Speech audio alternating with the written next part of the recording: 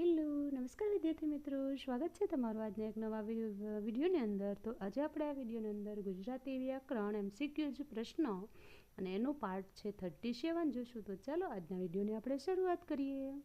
સૌથી પહેલો પ્રશ્ન, અલંકાર ઓળખાવો. તરણાઓથી ડુંગર રે ડુંગર કોઈ દેખે નહીં.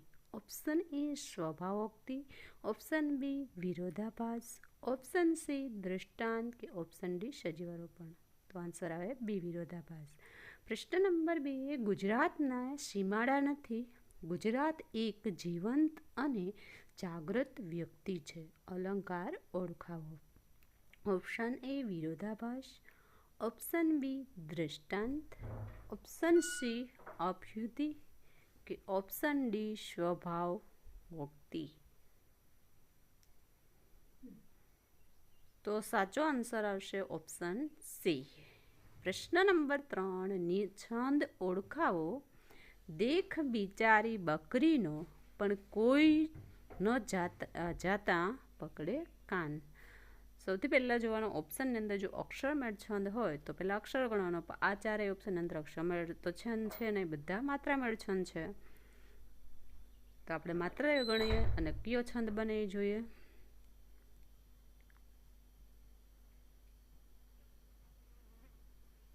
તો અહીંયા છે 30 કે 31 માત્રા થાય છે. તો 30 કે 31 માત્રા કે આ છંદની અંદર હોય છે.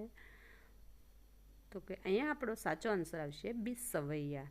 પ્રશ્ન નંબર 4, પહેલા નહીં લાગતો થાક. આવો છંદ ઓળખાવો. અહીંયા છે એ બધા અક્ષરમેળ છંદ છે એટલે આપણે અક્ષરો ગણશું. તો 12 અક્ષરો છે. તો 12 અક્ષરો છે કયા છંદની આવે છે અને છંદનું બંધારણ શું છે? તો એના પરથી અહીંયા આપણો સાચો આન્સર આવશે ઓપ્શન ડી ભુજંગી.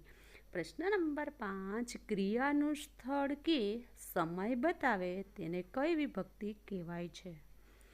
સ્થળ અને સમય બતાવે તેને કઈ વિભક્તિ કહેવાય?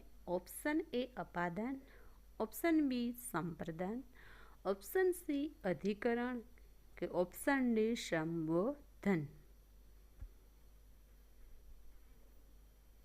તો અહીંયા આપણો સાચો આન્સર આવશે ઓપ્શન સી અધિકરણ કહેવાય. પ્રશ્ન નંબર 6, ષષ્ઠી વિભક્તિ કયો ભાવ વ્યક્ત કરે છે? ઓપ્શન એ માત્ર માલિકીનો સંબંધ ભાવ, ઓપ્શન બી માત્ર જમીન સંબંધ ભાવ, ઓપ્શન સી માલિકી અને જમીન સંબંધ ભાવ અને ઓપ્શન ડી ક્રિયાનો સંબંધ ભાવ. ષષ્ઠી વિભક્તિ છે કયો ભાવ વ્યક્ત કરે છે? તો આ પ્રશ્નનો આપણો સાચો આન્સર આવશે ઓપ્શન એ. પ્રશ્ન નંબર 7, કયા કૃદંતને પરોક્ષ કૃદંત તરીકે પણ ઓળખવામાં આવે છે? ઓપ્શન એ વિધ્યર્થ કૃદંત, ઓપ્શન બી ભૂત કૃદંત, ઓપ્શન સી હેત્વર્થ કૃદંત કે ઓપ્શન ડી સંબંધક ભૂત કૃદંત. પરોક્ષ કૃદંત તરીકે કયો કૃદંત છે ને ઓળખવામાં આવે? તો અહીંયા આપણો સાચો આન્સર આવશે ઓપ્શન બી ભૂત કૃદંત.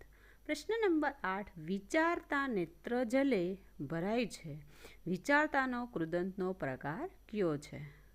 ઓપ્શન એ ભવિષ્ય, ઓપ્શન બી વિધ્યર્થ, ઓપ્શન સી ભૂત કૃદંત કે ઓપ્શન ડી વર્તમાન કૃદંત. તો પ્રત્યય છે કયા કૃદંતની અંદર લાગે છે? બધા કૃદંત છે ને આપણે ખાલી પ્રત્યય યાદ રાખીએ તો સહેલાઈથી યાદ રહી જાય. તો અહીંયા આપણો સાચો આન્સર આવશે ઓપ્શન ડી વર્તમાન કૃદંત. પ્રશ્ન નંબર 9, નીચેના વાક્યોમાં કઈ રચના પ્રેરક વાક્યમાં નથી?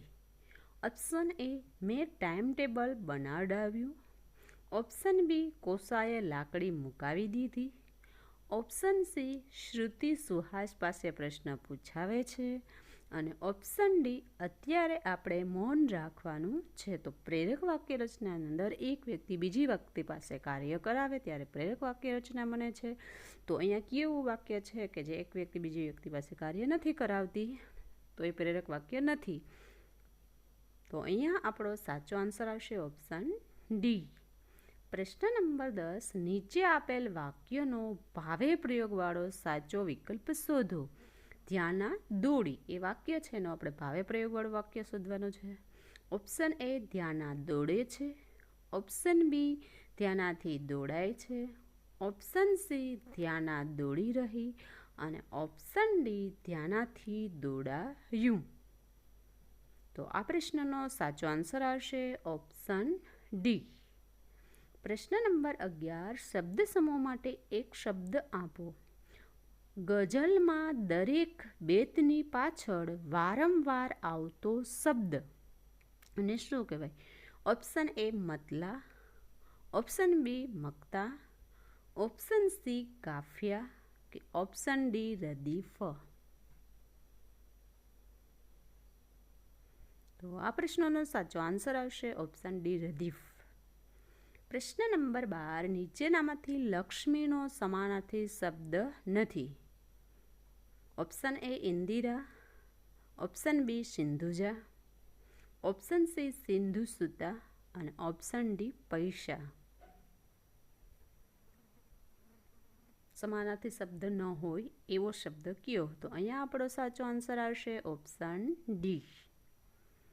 પ્રશ્ન નંબર 13, નીચે દર્શાવેલ વિરુદ્ધાર્થી શબ્દોની કઈ જોડ ખોટી છે? ઓપ્શન એ આપકર્મી સ્વકર્મી, ઓપ્શન બી સાપેક્ષ નિરપેક્ષ, ઓપ્શન સી સ્થૂળ સૂક્ષ્મ, ઓપ્શન ડી સન્મુખ અને વિમુખ. આપણે ખોટી જોડ શોધવાની છે. તો આ પ્રશ્નનો આન્સર આવશે ઓપ્શન એ આપકર્મી અને સ્વકર્મી. પ્રશ્ન નંબર 14, નીચેનામાંથી હાથના કર્યા હૈયે વાગ્યા કહેવતની સમાનાર્થી કહેવત કઈ? ઓપ્શન એ પેટ ચોડી પીડા ઊભી કરી, ઓપ્શન બી વહેલા ઉઠ્યા ને ભૂલા પડ્યા, ઓપ્શન સી જેવી છોડ તેવો સાથરો અને ઓપ્શન ડી દુખે પેટને કૂટે માથું. તો અહીંયા આન્સર આવશે ઓપ્શન એ. પ્રશ્ન નંબર 15, નીચે આપેલ વિકલ્પમાંથી સાચી જોડણી કઈ?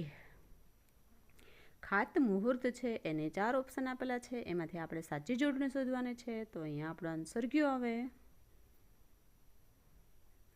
તો અહીંયા છે 15મા પ્રશ્નનો સાચો જવાબ આવશે ઓપ્શન સી, ખાત મુહૂર્તની જોડણી સાચી છે. પ્રશ્ન નંબર 16, નીચેનામાંથી મૂર્ધન્ય વ્યંજનમાં કોનો સમાવેશ થતો નથી?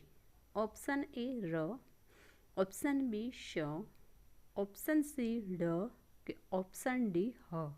મૂર્ધન્ય વ્યંજનમાં સમાવેશ થતો ન હોય. તો આન્સર આવે ઓપ્શન ડી.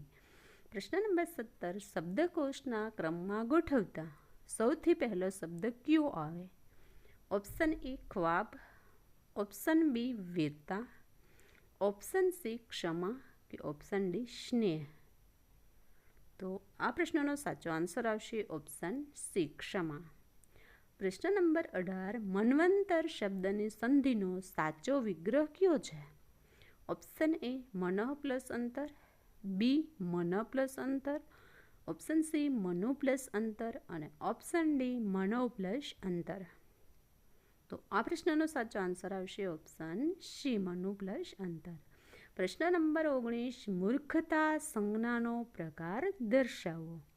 ઓપ્શન એ દ્રવ્યવાચક, ઓપ્શન બી ભાવવાચક, ઓપ્શન સી જાતિવાચક અને ઓપ્શન ડી સમૂહવાચક. તો આ પ્રશ્નનો સાચો આન્સર આવશે ઓપ્શન બી. પ્રશ્ન નંબર 20, નીચેનામાંથી કયો એક સંજ્ઞાનો પ્રકાર નથી? ઓપ્શન એ પદાર્થવાચક, ઓપ્શન બી જાતિવાચક, ઓપ્શન સી ભારવાચક કે ઓપ્શન ડી સમૂહવાચક. તો અહીંયા આન્સર આવશે ઓપ્શન સી.